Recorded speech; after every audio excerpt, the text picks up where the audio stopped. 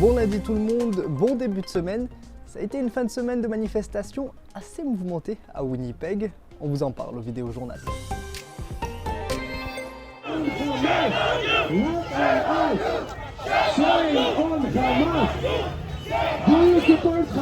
Samedi tout d'abord, une manifestation en soutien à Israël se tenait devant le palais législatif du Manitoba, tout proche d'une autre manifestation pro-palestinienne cette fois-ci.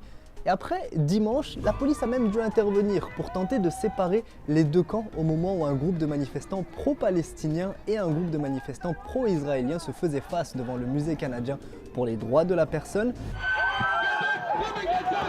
Ce qu'on sait, c'est que la tension a monté d'un cran à partir du moment où un manifestant pro-palestinien a récupéré un drapeau israélien selon la police, qu'il l'a jeté par terre avant de le piétiner. Ça, c'est pour l'incident qui s'est passé dimanche.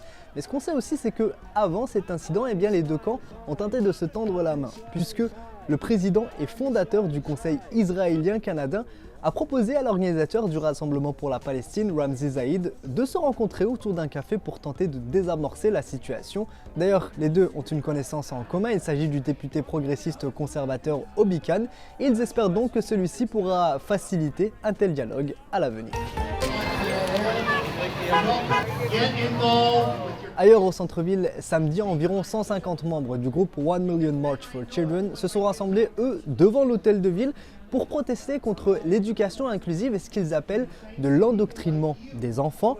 Au même moment, un groupe de manifestants et de militants pro-LGBTQ+, se sont rassemblés, eux, devant le palais législatif du Manitoba pour protester contre ce qu'ils appellent aussi une manifestation de haine.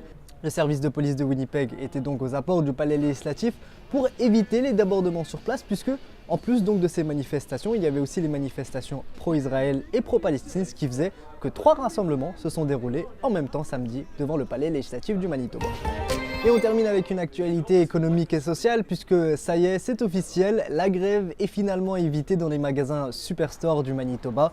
Les employés ont voté en faveur d'une entente de principe conclue à la fin du mois de septembre. Ce qu'on sait, c'est que le syndicat, qui représente environ 3600 travailleurs, a obtenu un contrat de 5 ans, avec une augmentation salariale immédiate de 5,6%, une autre qui va arriver au mois de mars et qui sera de 3,3%, et finalement, une autre revalorisation de 7% arrivera, elle, sur les 3 dernières années du contrat. Donc ça, c'est l'accord qui a été entériné par les employés des Superstores du Manitoba.